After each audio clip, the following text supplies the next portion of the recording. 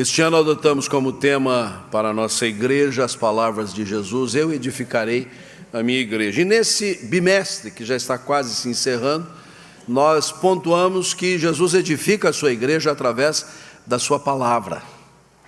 Palavra essa que deve ser lida como um hábito diário. Todo dia você tem que ler a Bíblia. Mas deve ser meditada. Não é uma leitura assim corrida, é algo que tem que ser internalizado no seu coração. Agora, evidentemente, que se entra no coração, passa para a vida toda, e a gente tem que viver a palavra. A prática da palavra é de fundamental importância. E nesses últimos dias, nós temos falado que o que está tão impregnado em nós, na nossa vida, tem que ser anunciado, tem que ser proclamado. É a missão intransferível da igreja. O que vale dizer, Jesus continua edificando a sua igreja através da sua palavra. A palavra por inteiro, de Gênesis a Apocalipse, no Antigo e no Novo Testamento, com as regras da boa exegese, da hermenêutica sagrada, que nos ajudam a compreender a inteireza das Escrituras. Não há lapso, não há vazios, não há gaps.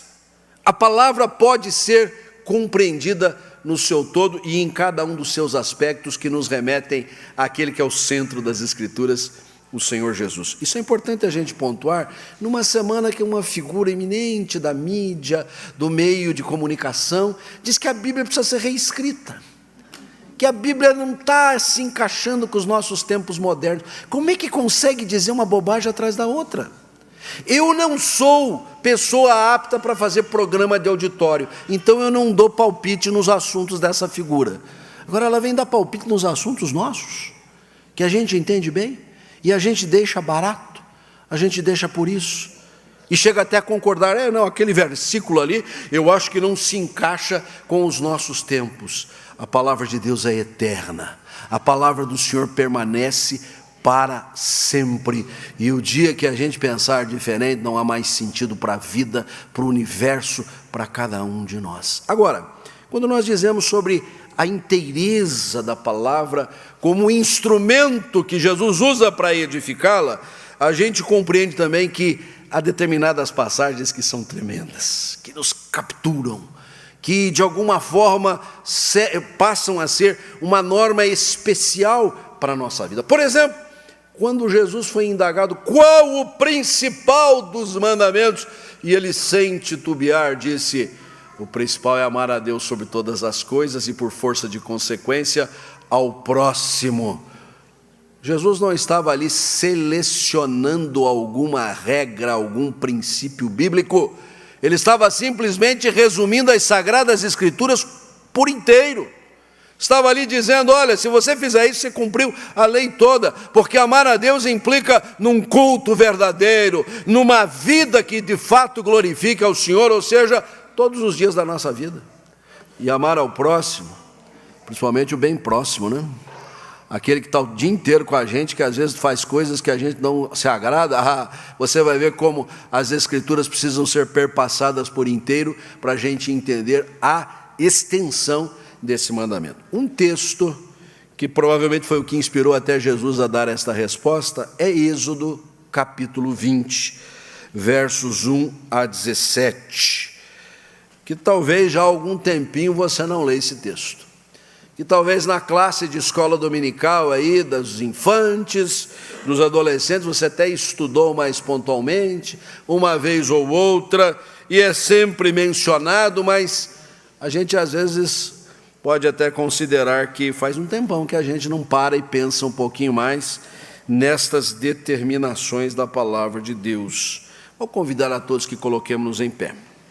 E a uma só voz, leamos esta porção bíblica, Êxodo 20, de 1 a 17. Todos. Então falou Deus todas estas palavras: eu sou o Senhor teu Deus, que te tirei da terra do Egito, da casa da servidão. Não terás outros deuses diante de mim. Não farás para ti imagem de escultura, nem semelhança alguma do que há em cima nos céus, nem embaixo na terra, nem nas águas debaixo da terra. Não as adorarás, nem lhes darás culto, porque eu sou o Senhor teu Deus, Deus zeloso, que visito a iniquidade dos pais nos filhos, até a terceira e quarta geração daqueles que me aborrecem. E faço misericórdia até 1000 gerações daqueles que me amam e guardam os meus mandamentos. Não tomarás o nome do Senhor teu Deus em vão, porque o Senhor não terá por inocente o que tomar o seu nome em vão. Lembra-te do dia de sábado para o santificar. 6 dias trabalharás e farás toda a tua obra, mas o 7º dia é o sábado do Senhor teu Deus. Não farás nenhum trabalho, nem tu, nem o teu filho, nem a tua filha, nem o teu servo, nem a tua serva, nem o teu animal, nem o forasteiro das tuas portas para dentro. Porque em 6 dias fez o Senhor os céus e a terra, o mar e tudo o que neles há, e ao 7º dia descansou. Por isso o Senhor abençoou o dia de sábado e o santificou. Honra teu pai e tua mãe, para que se prolonguem os teus dias na terra que o Senhor teu Deus te dá.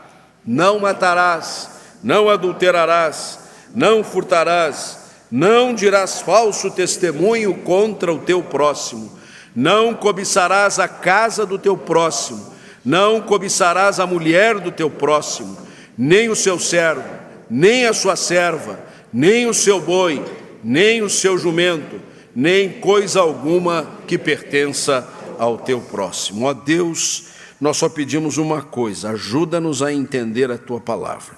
Por nós mesmos não podemos, mas sob a assistência do teu Santo Espírito, certamente nós teremos a compreensão espiritual que precisamos. Em nome de Jesus te pedimos. Amém. Vamos tomar os nossos lugares. Assim inicia o texto: estas palavras. E é notável que aqui não apareça em momento algum a expressão ordenamento, regra, mandamento. Mas como é que a gente não pode dizer que aqui não estão os 10 mandamentos? Assim ficaram eles conhecidos. Dada a sua importância, dado o seu valor, dada a sua síntese, por assim dizer, da palavra de Deus. Quando nós há pouco mencionamos a resposta de Jesus àquele que o indagou sobre a principal lei, amar a Deus, amar ao próximo, alguns gostam de observar que, já que Moisés tinha 2 tábuas na mão, provavelmente uma delas continha os primeiros 4 mandamentos que são dirigidos a Deus.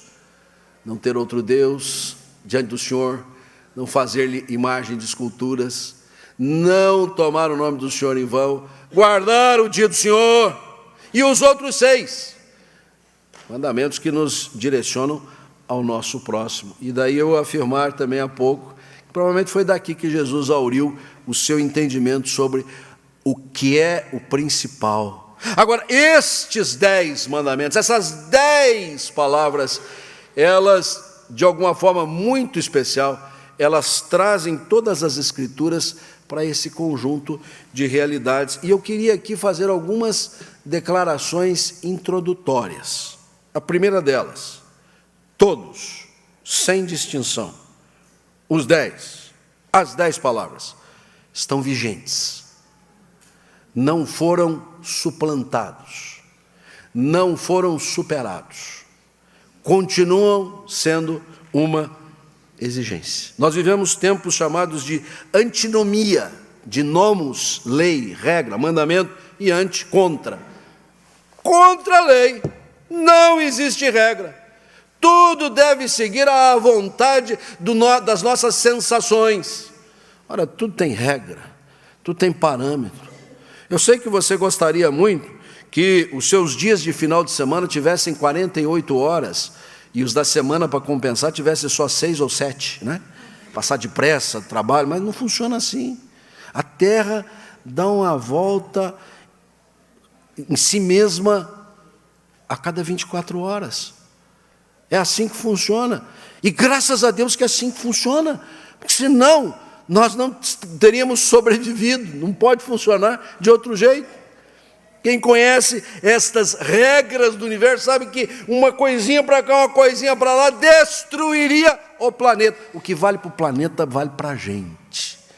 E esses 10 mandamentos continuam vigentes. Segunda observação, a observância de todos eles continua não salvando a ninguém. Mas espera aí, pastor, eu vou observar esses mandamentos e isso não me garante a salvação? Não lhe garante a salvação, porque a salvação é pela graça. A salvação é pela misericórdia do Senhor. Deus nos salvou em Cristo quando derramou seu precioso sangue na cruz. Agora, uma vez salvos pela graça, nós somos habitados pelo Espírito Santo, que nos habilita a cumprir cada um destes mandamentos. Sem a presença do Espírito, nós somos incapazes de observar esses mandamentos. E mesmo com todo o esforço que tivéssemos, isso não nos levaria à salvação. Mas receptores da graça salvadora, habitados pelo Espírito Santo, nós temos agora as condições, pela sua bondosa graça, uma vez mais, de sermos capazes de viver, cada um deles. Até mesmo quando falhamos, quando erramos, quando não os cumprimos e o próprio Espírito nos adverte. E o próprio Espírito nos conduz às Sagradas Escrituras. Levamos puxão de orelha aqui, puxão de orelha ali, para seguirmos a voz, a vontade do Senhor. E ainda um último aspecto, à guisa de introdução. Trata-se de um conjunto, os chamados 10 mandamentos. Não é para você fazer uma seleção. Eu vou dar uma olhadinha aqui, eu estou achando assim, esse negócio aqui de não matar, realmente é crime e tal, mas adulterar, né? A gente vive hoje num mundo de mudanças comportamentais, de prazeres que foram assim tirados lá, o tampão para a gente poder aproveitar. Não tem jeito, é um conjunto. É muito semelhante às bem-aventuranças, quando você lê em Mateus 5. Bem-aventurados os humildes de espírito, os mansos de coração, bem-aventurados os limpos de coração, bem-aventurados os que são perseguidos por causa da justiça e tudo mais. Isso aqui eu escolho, aquilo ali eu dispenso, não é bem o meu jeito, não é bem a minha tônica. Não dá. Ou você leva o conjunto ou você não leva nada. É como o fruto do Espírito. O fruto do Espírito e só daí você já entende que é singular. Ou você pega a fruta inteira, ou você não vai aproveitar nada. O fruto do Espírito é amor, alegria, paz, longanimidade, mansidão e tudo mais, domínio próprio. Há pelo menos 9 características ali da palavra de Paulo na Epístola aos Gálatas a esse respeito. Os 10 mandamentos também. Você não está aqui num supermercado passeando, escolhendo produtos e dispensando outros. Você está levando o pacote inteiro. Então eu quero trazer lições à luz desse texto para orientar os nossos passos, dizendo primeiramente que estas palavras nos fazem levar Deus a sério. Os mandamentos, ou como diz o texto, estas palavras nos fazem levar Deus a sério. Sabe por quê? Porque você lê lá no versículo 1, então falou Deus. A expressão aí da minha juventude, e sou acompanhado por tantos que estão aqui, a gente costumava afirmar, falou e disse. Quando a gente queria reconhecer que a pessoa disse alguma coisa com propriedade, a gente disse, falou e disse. Isso aí não paira qualquer dúvida. Não foi só um discurso, não foi só uma apresentação oral, foi uma palavra de autoridade. Foi Deus que falou. Não se trata de mero construto humano.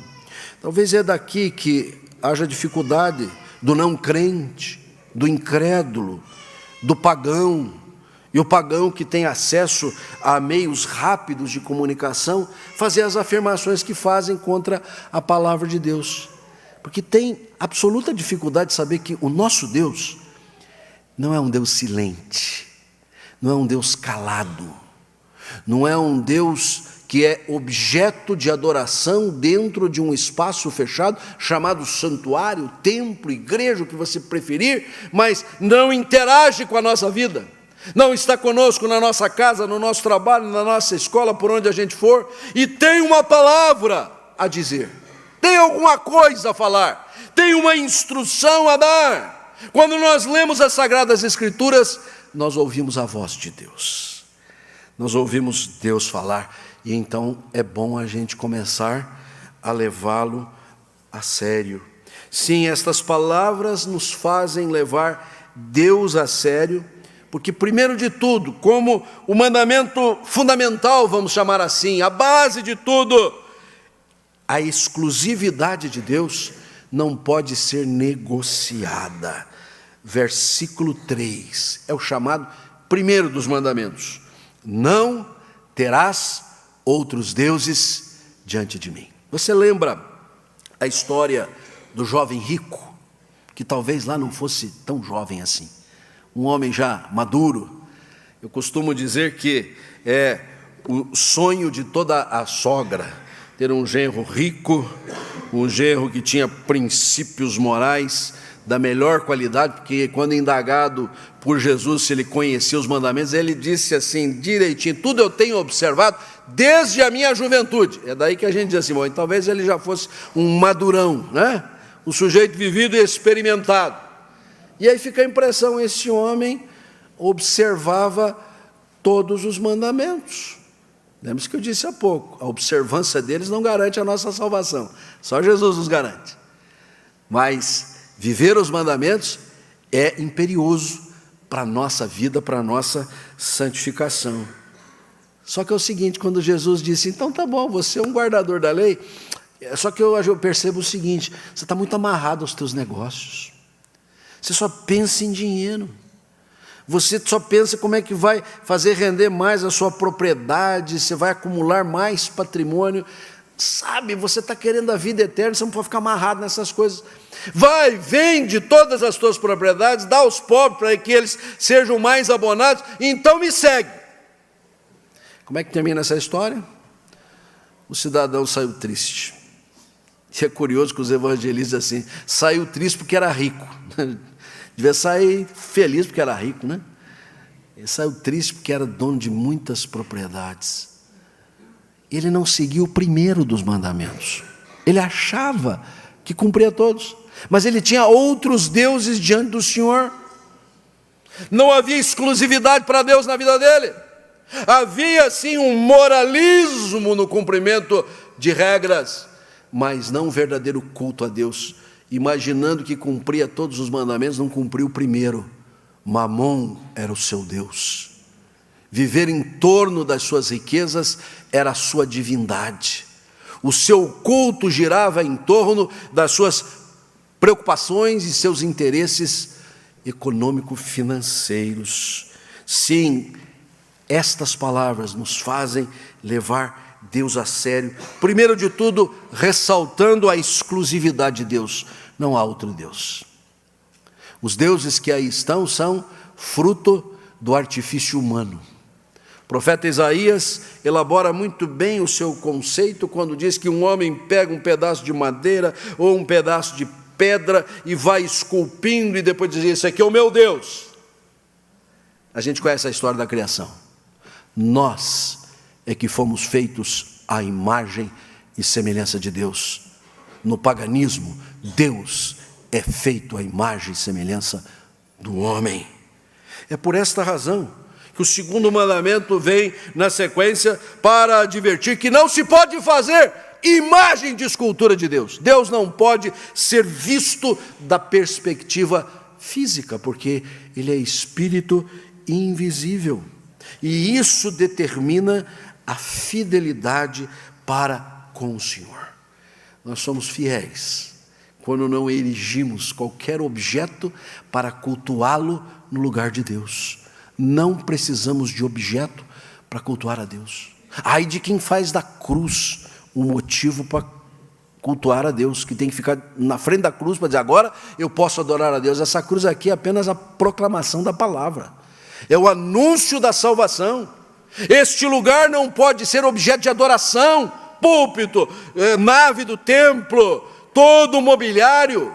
Nós temos que estar aqui cientes e cônscios que é ao Senhor que nós estamos adorando e não a eventuais objetos que possam referir-se a Ele. Não precisamos disso. A palavra está próxima de ti, no teu coração. Se invocares o nome do Senhor, serás salvo. Isso não depende de lugar, de objeto. Depende sim de comunhão. O que nos leva também, no objetivo de levar Deus a sério, a necessidade da intimidade com Deus. É por isso que Deus se apresenta nesses termos. Voltemos para o versículo 2. Eu sou o Senhor, teu Deus. Teu Deus. Deus se apresenta. É como se Deus estivesse dizendo assim, muito prazer, eu sou o Senhor. Você não me conhece ainda, mas hoje você está me conhecendo. Você está sabendo que eu sou Senhor do céu e da terra, dos corações e do universo e da história. Tudo depende de mim. Eu sempre fui, sempre serei. Eu sou o alfa e o ômega. Eu sou o Senhor, só que eu sou o Senhor, teu Deus. Para que você tenha relacionamento comigo, intimidade comigo, mas intimidade tal que acima de tudo haja respeito. Intimidade com Deus, ter tranquilidade de comparecer à sua presença sem receios, sem medos, não deve abstrair-nos do verdadeiro temor a Deus. É com liberdade que chegamos à sua presença por meio de Jesus Cristo, o mediador, mas o fazemos respeitosamente. É por isso que o terceiro mandamento vai dizer assim: não tomarás o nome do Senhor teu Deus em vão. Cuidado quando você usa o nome de Deus, até mesmo num meu Deus do céu. Você sabe o que está falando? O nome do Senhor precisa ser respeitado. Não só o nome do Senhor, mas o dia do Senhor. Porque o quarto mandamento diz assim: separem tempo para adorar a Deus. Todos os dias devemos adorar a Deus, mas há dias especiais. Houve na história da redenção, por assim dizer, uma mudança de rito, de entendimento, de conceito a respeito desse dia, porque a cristandade, a partir da ressurreição de Jesus, entendeu que era mais importante destacar e ressaltar o dia do Senhor, Dominus, do Senhor, domingo, dia do Senhor. Então aqui não cabe agora uma discussão que já deveria ter sido superada há muito tempo, mas o fato é que historicamente esse dia do Senhor precisa ser guardado em respeito a Deus. É por isso que você vem ao domingo à casa do Senhor, que você separa esse tempo para estar adorando ao Senhor, que você sabe a importância dele, e você não faz como faziam os fariseus, que pensavam que o homem fora feito para o sábado, e Jesus disse assim: não, o sábado é que foi feito para o homem. Vocês estão completamente equivocados. Nós não estamos aqui debaixo de uma reprimenda, de algo duro, doído. Estamos aqui com prazer, louvando e servindo ao Senhor. Sim, primeiro de tudo, atentemos para esses mandamentos que continuam vigentes para o povo de Deus, que em vida de santificação entendem, primeiro de tudo, precisam levar Deus a sério, neste mundo que não o leva a sério. Mas em segundo lugar, nós aprendemos nesse texto, que estas palavras nos fazem buscar o que é excelente, o que é supremo, o que é superlativo, o que é melhor, o que é maior. Porque nós vivemos uma geração que cultua o avesso. Você já viu isso? Gosta da calça rasgada, do corpo pintado, do cabelo desgrenhado. Eu sei que quando eu falo de cabelo, vocês pensam que é raiva minha, mas não é não. vai no salão de beleza para sair com o cabelo assim. Para que gastar dinheiro à toa? Na dúvida, me procure que eu deixo pior do que está. Mas não é isso, inverteu seus valores. É uma forma de mostrar que não quer o que é o excelente, o bonito. Aliás, se celebra o feio. Já viu isso? Preste atenção, anda na rua. Como o feio está aí para quem quiser ver. Você faz uma força para parecer bonito, bobagem, o povo quer ver o feio. Quer bater palma para o feio. Não é só isso, vivemos uma geração que aplaude o rabisco na tela. E fica ali na frente, no museu. Que linhas incríveis. E coisas fantásticas. Aquelas paisagens, né? Aquele cenário do mar, do lago, da casinha, no campo, das árvores. Bobagem isso. O negócio é fechar o olho e depois dizer que o negócio é lindo, maravilhoso, fantástico. E a gente engole isso. Aplaude o rabisco na tela, aplaude o vilão contra o herói. Não é que você começou a ter empatia com o Coringa? E que o Batman é que é um doido mental, mal resolvido? É só para dar um exemplo. Eu teria aqui uma lista enorme de películas que passam na tela celebrando o vilão. É uma geração que faz apologia do apedeuta em detrimento do estudioso. Por que você vai estudar muito? Bobagem estudar. A pessoa ignorante pode seguir caminhos muito mais esplendorosos do que os seus. É diante disso que as palavras nos fazem buscar o excelente, começando com o seguinte, uma coisa que está completamente fora de moda: honrar os genitores. Honra a teu pai e a tua mãe. A longevidade é uma conquista das nossas gerações, mas é um desafio. É até um problema que nós precisamos sanar, cuidar, zelar. Ah, você que tem os seus idosos, gaste tempo com eles. Não é para cuidar deles, é para ouvi-los. Eles têm palavras de sabedoria para vocês. Não tem que dizer nada para o idoso. Eu amo sentar-me aos pés de uma pessoa mais idosa que eu. Está cada vez menos gente mais idosa que eu. Não sei o que está acontecendo, mas eu aprendo demais. Das cãs, a gente aprende sem parar. Mas precisa honrar os genitores, é buscar o que é excelente.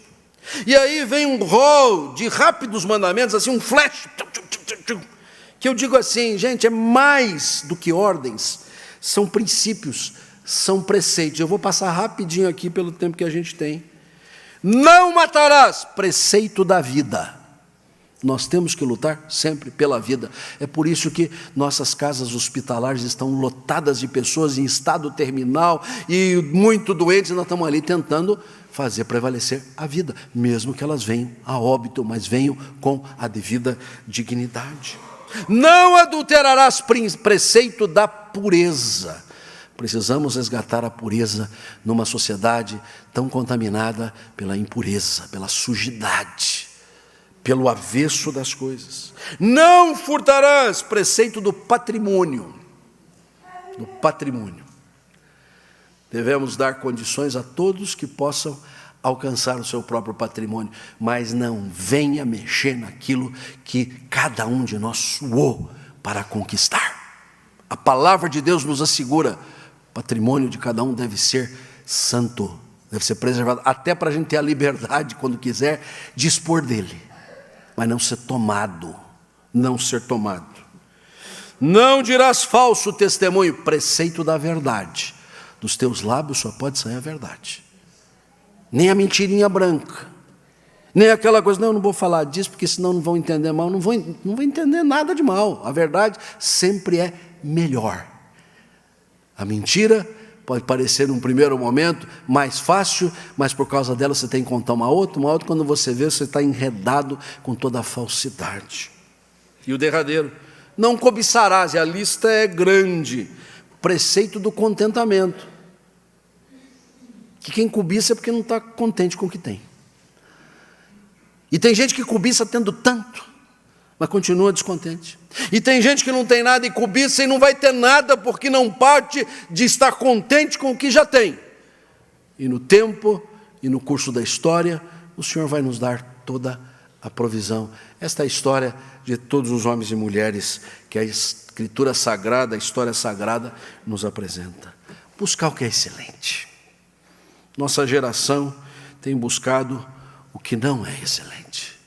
Tem aplaudido o que é o equívoco, debaixo de uma cultura, de uma convenção supostamente de liberdade. Liberdade que só tem levado o homem a ficar mais enredado no seu próprio pecado.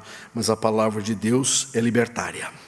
A palavra de Deus nos livra do pecado e nos dá os preceitos para a vida na presença de Deus. Levar Deus a sério, buscar o que é excelente, mas estas palavras nos fazem desfrutar a graça de Deus. Se não, observe comigo, versículo 5, quando insiste em não ter qualquer imagem de escultura que tenha a pretensão de ser um objeto para adoração a Deus, Deus não precisa disso, e diz assim: eu visito a iniquidade dos pais nos filhos até a 3ª e 4ª geração daqueles que me aborrecem. É bom a gente tomar tenência, porque uma vida carregada de pecaminosidade, de abominação diante de Deus, pode afetar muitas gerações da nossa família. Se levarmos em conta 3, 4 gerações, estamos falando aí de aproximadamente um século.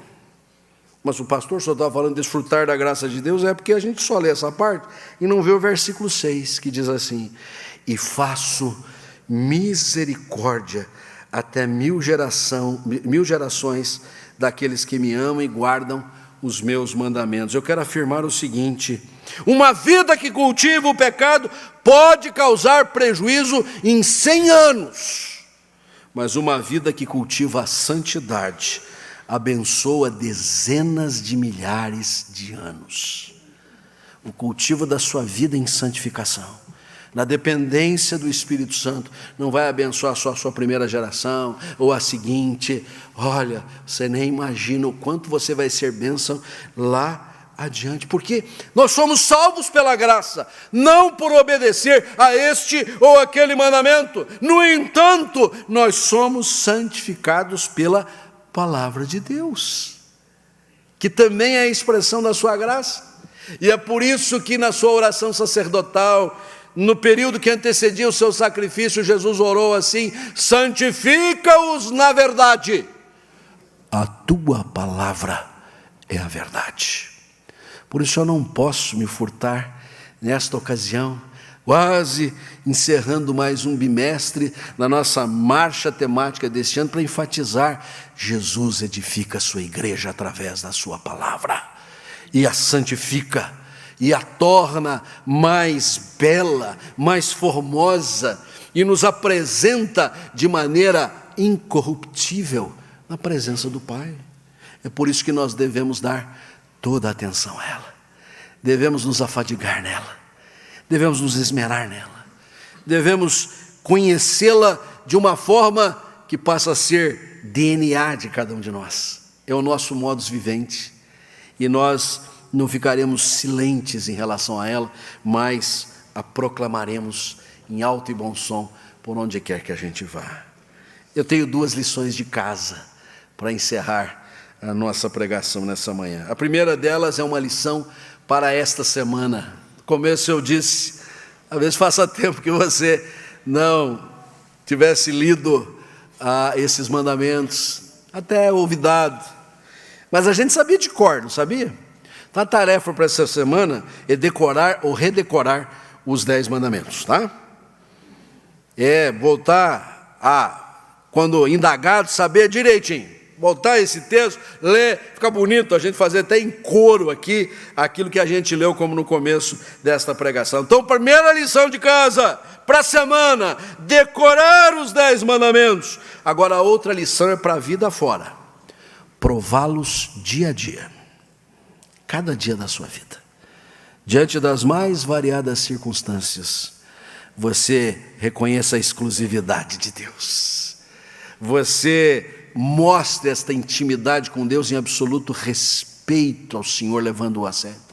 Você tenha o seu coração focado no seu próximo para assisti-lo, para amá-lo de todo o coração, em respeito a cada um desses preceitos, não olvidando de nisto desfrutar a plena graça do Senhor sobre a sua vida. Que Deus assim nos abençoe e nos guarde. Ó Deus, tua palavra mesmo assevera que os teus mandamentos não são penosos. Ainda mais, Senhor, quando somos assistidos pelo teu Espírito Santo para conhecê-los, para cumpri-los. Então nós pedimos a ti, Senhor, que a cada dia da nossa vida, diante das mais variadas circunstâncias, nós jamais escolhamos, ó Deus, o caminho contrário à tua verdade, mas nós sejamos ousados, ó Deus, em cumprir o teu querer, em fazer a tua vontade, em ser paradigmáticos no mundo, ó Deus, que busca exatamente o avesso. Nós queremos, ó Deus, nos postar como referência, como distinção, ó Deus, para que o teu nome seja bendito, para que a glória do Senhor resplandeça por toda a face da terra. Ajuda-nos, ó Deus, porque a pressão é muito grande às vezes, porque vivemos, ó Deus, debaixo de seduções sem par, tentações infindas, mas isso não é novidade, nós sabemos, desde os primórdios assim o foi. Então, ó Deus, nós nos lançamos aos teus paternais cuidados, vela e zela pela tua igreja e a edifica, ó Deus, por meio da tua palavra. É a nossa oração, em nome de Jesus. Amém. Que o Senhor vos abençoe e vos guarde. Que o Senhor faça resplandecer o seu rosto e tenha misericórdia de vós. Que o Senhor sobre vós volva a sua face e vos dê a paz. A graça de Jesus, o amor infinito do Pai, as consolações do Espírito Santo sejam convosco, hoje e sempre. Amém.